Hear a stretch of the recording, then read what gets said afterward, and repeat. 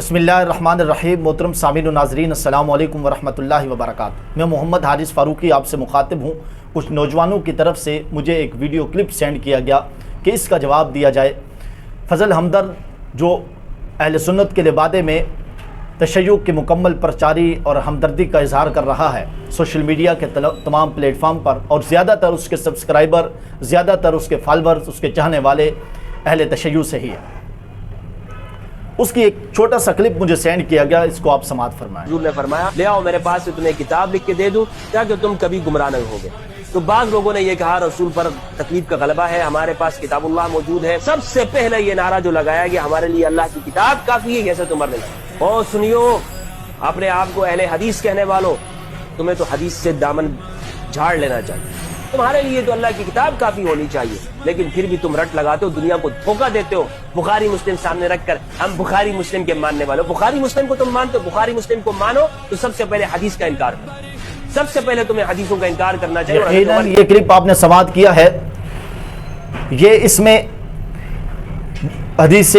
کرتاس کو لے کر حضرت عمر رضی اللہ تعالیٰ عنہ کے اوپر اعتراض کرتے ہیں اور اہل سنت کے علماء پر، اہل سنت کے لوگوں پر اعتراض کرتے ہیں اور کہتے ہیں کہ آپ تو حضرت عمر کے ماننے والے ہیں، آپ حدیث کا انکار کریں، صرف قرآن کو اپنے ہاتھوں میں لیں، گویا کہ حدیث کا آپ انکار کریں، اس لیے کہ حضرت عمر رضی اللہ تعالیٰ عنہ نے کہا ہے کہ حسبنا کتاب اللہ، ہمارے لیے اللہ کی کتاب کافی ہے۔ گویا کہ دوسرے الفاظ میں یہ حضرت عمر رضی اللہ تعالیٰ عنہ کو اس بات کے ذریعے یہ کہنا چاہتا ہے کہ حضرت عمر رضی اللہ تعالیٰ عنہ نے حدیث کا انکار کیا ہے اور صرف کہا ہے کہ ہمارے لیے اللہ کی کتاب کافی ہے، حالانکہ یہ بات نہیں ہے۔ یہ اس کی کم علمی، جہالت اور صحابہ اکرام سے بغض اور عناد کا واضح ثبوت ہے۔ سب سے پہلی بات یہ ہے کہ تو نے کہا کہ آپ کے حضرت عمر رضی اللہ تعالیٰ، تو اگر تیرے نہیں ہے تو واضح انکار کر شہنشاہ نقوی کی طرح، واضح انکار کر ساجد نقوی کی طرح، واضح انکار کر تشیع اور شیعوں کے علماء کی طرح، واضح انکار کر کے بتا کہ ہمارا حضرت عمر سے کوئی تعلق نہیں ہے، پھر میدان میں آپ پتہ چلے گا کہ تیری حیثیت کیا ہے۔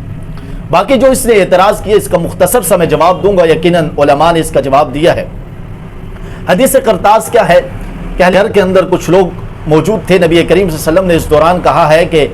مجھے کاغذ قلم لا کے دوں، میں ایسی چیز لکھ کے دوں گا کہ آپ گمراہ نہیں ہوں گے۔ حضرت عمر رضی اللہ تعالیٰ نے اس کے اوپر کہا کہ حسبنا کتاب اللہ، اے اللہ کے نبی ہمارے لیے اللہ کی کتاب کافی ہے۔ یہ کیوں کہا ہے؟ محدثین نے اس کی وجہ بیان کی ہے کہ نبی کریم صلی اللہ علیہ وسلم کو بیماری کی وجہ سے تکلیف نہ ہو جائے، اس وجہ سے، اس محبت کی بنیاد پر کہ نبی کریم صلی اللہ علیہ وسلم کو اس کاغذ قلم لانے کی وجہ سے تکلیف نہ ہو جائے،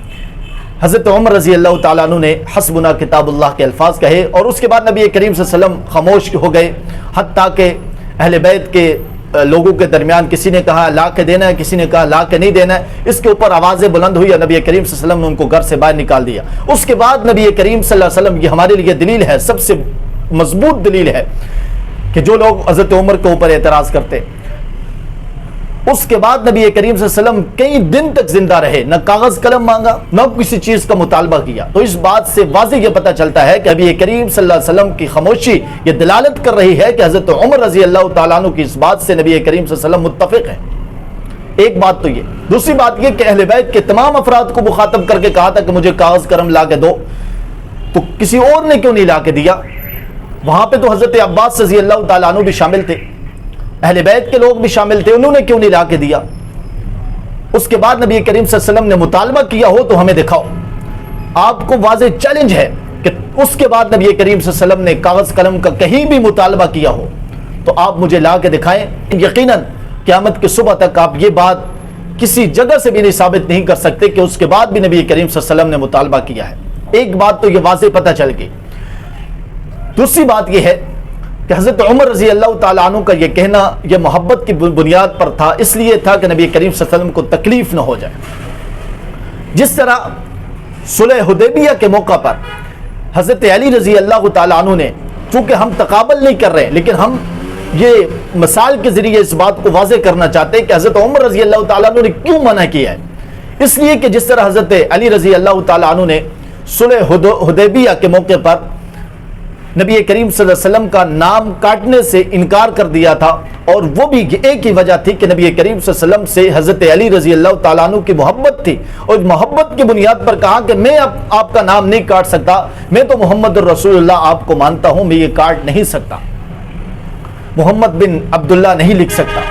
تو جس طرح محبت کی بنیاد پر حضرت علی رضی اللہ تعالیٰ عنہ نے انکار کیا تھا، ایسے ہی محبت کی بنیاد پر حضرت عمر رضی اللہ تعالیٰ عنہ نے یہاں حسبنا کتاب اللہ کے الفاظ کہے۔ یہ انکار حدیث نہیں ہے، اس سے بندہ منکر حدیث نہیں ہوتا، اس سے نبی کریم صلی اللہ علیہ وسلم بھی متفق تھے، اہل بیت کے جو لوگ وہاں پہ موجود تھے وہ بھی متفق تھے، نبی کریم صلی اللہ علیہ وسلم نے بھی دوبارہ مطالبہ نہیں کیا۔ تو آج 1400 سال کے بعد کسی کا کیا حق بنتا ہے کہ اس حدیث کو لے کر اٹھ کے حضرت عمر رضی اللہ تعالیٰ عنہ کے اوپر اعتراض کرے؟ تو یہ بڑی ہی جسارت کر رہا ہے، اور حضرت عمر رضی اللہ تعالیٰ عنہ کے اوپر اعتراض آج کا کوئی چوڑا کیسے کر سکتا ہے کہ نبی کریم صلی اللہ علیہ وسلم جس سے متفق ہیں، اہل بیت کے افراد متفق ہیں، صحابہ متفق ہیں، تو آج کا کوئی چوڑا کیا اعتراض کر سکتا ہے؟ اللہ تعالیٰ سے دعا ہے کہ ہمیں صحابہ کرام کی قدر کرنے کی توفیق عطا